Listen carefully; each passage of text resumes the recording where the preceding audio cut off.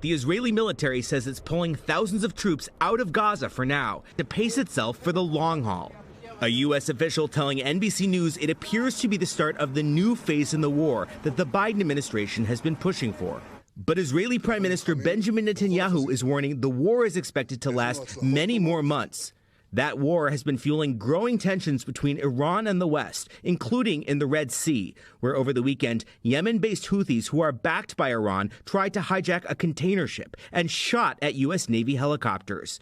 U.S. forces then sunk 3 Houthi boats, killing everyone on board. Now, Iranian media say Iran has sent in a warship.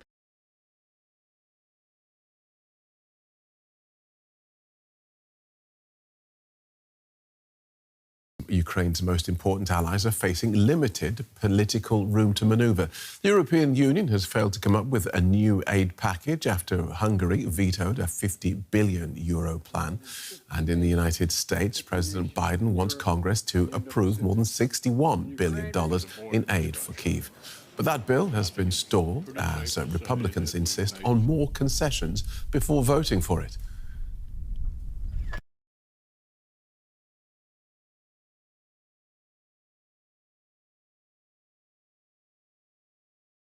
Israel's Supreme Court on Monday struck down a highly disputed law that limited court oversight passed by Prime Minister Benjamin Netanyahu's right-wing government. The law was part of a broader judicial overhaul proposed by Netanyahu and his coalition of religious and nationalist partners. It sparked months of nationwide protests and caused a deep rift in Israel and concern over the country's democratic principles among Western allies.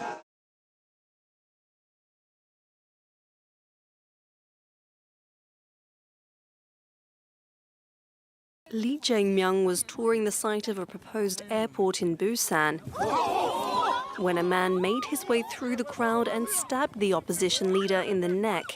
The assailant, who wore a paper crown, was quickly wrestled to the ground while bystanders pressed a handkerchief into Lee's wound. The 59-year-old politician was then airlifted to hospital, though police say his injury was not life-threatening.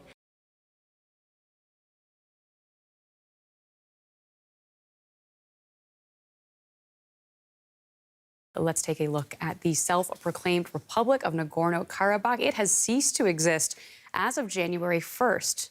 Now, the Armenian majority territory was located in Azerbaijan, which never recognized the breakaway region and defeated its military in a one-day war last September.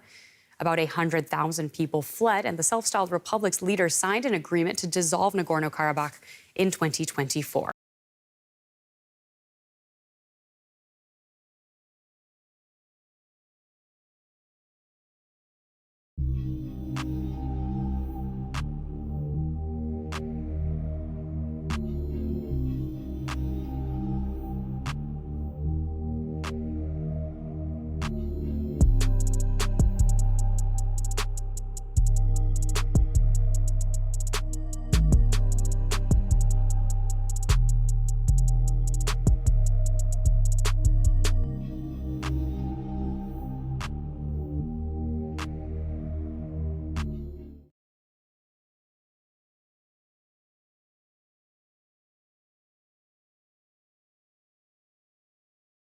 Landlocked Ethiopia took the first steps towards gaining access to the sea on Monday, signing an agreement in the capital of Addis Ababa with the breakaway Somali region of Somaliland to access the Somaliland coastline. The Memorandum of Understanding was signed by Ethiopian Prime Minister Abiy Ahmed Ali and Somaliland President Bihi Abdi. As part of the deal, Somaliland plans to lease a 20-kilometer stretch of land along its coastline to Ethiopia to establish a maritime force base, Abdi said at the signing. Ethiopia lost its access to the sea when Eritrea seceded in 1993.